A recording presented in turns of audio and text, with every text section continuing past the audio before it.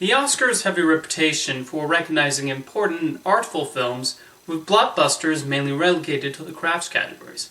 However, sometimes you get a film that shocks a lot of people when you tell them it was nominated for an Academy Award. Most of these are found in the technical categories, so the voters in those branches focus on the individual achievement rather than the film as a whole, which is the right way of judging those categories. A mediocre film can have brilliant cinematography or use sound very effectively. Possibly the most infamous case of this is in the Best Makeup category, as they select the nominees by watching reels of the work and how it was applied, and you'd be surprised what films have excellent makeup work.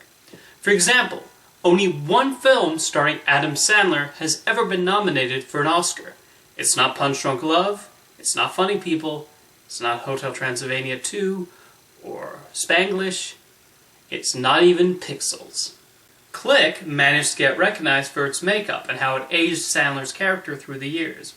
Eddie Murphy comedies have had particular success in this category, as films like Coming to America, Life, and Norbit got nominated for how they transformed him into various characters.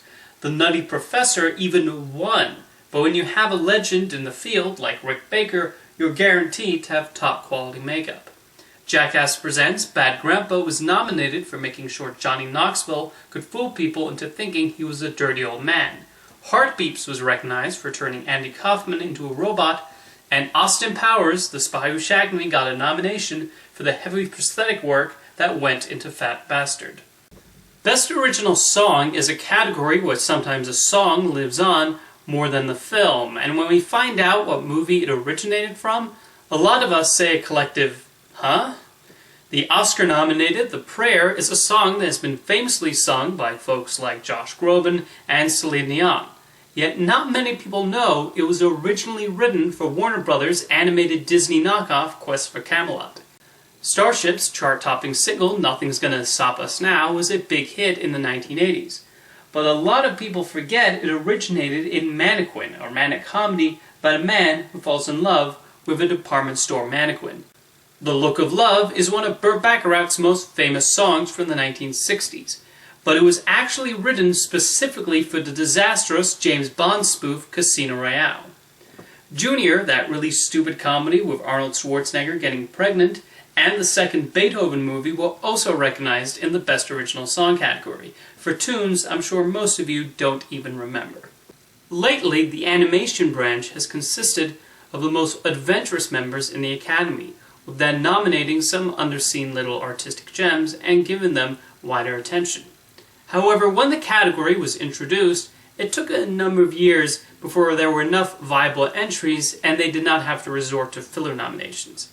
I think Jimmy Neutron Boy Genius was a charming and funny little movie from Nickelodeon and DNA Productions, but it definitely sticks out when one brings up its Oscar nomination for Best Animated Feature, especially since it was competing against behemoths like Shrek and Monsters Incorporated.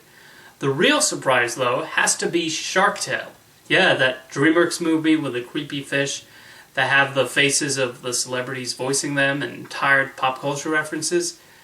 I understand they had to find something to fill the third slot after The Incredibles and Shrek 2, but that could not have been the best option. Lately, the voters have been more open to nominating non-Miyazaki Japanese anime, and if they had the larger membership they have today, I think Ghost in the Shell 2 would definitely have gotten in.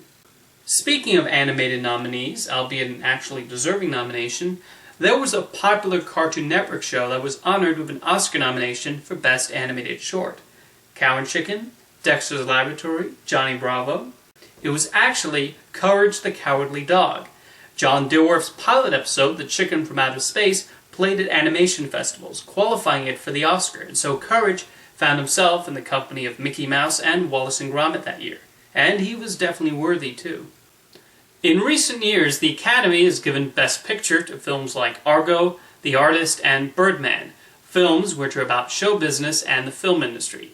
Thus, they've been accused of just loving movies about themselves in Hollywood. Well, there was a film released in 1966 called The Oscar, about, you guessed it, an actor who wants to win an Oscar. In a bit of an ironic twist, this movie actually found itself nominated for 2 Oscars, for Best Art Direction and Best Costume Design. And much like the lead protagonist, it lost both these awards. Interestingly enough, this marked the 30th consecutive nomination for famed costume designer Edith Head. So as you can see, if you think it's unusual that something like 50 Shades of Grey will now be referred to as an Academy Award nominated film, well, history has shown it's not that unusual. But considering the categories they get nominated in, it's good that they can find positive qualities in the most dubious of films, and a lot of these nominations do make sense. Except for Shark Tale, that still perplexes me. And Dr. Dolittle being up for Best Picture. Just why?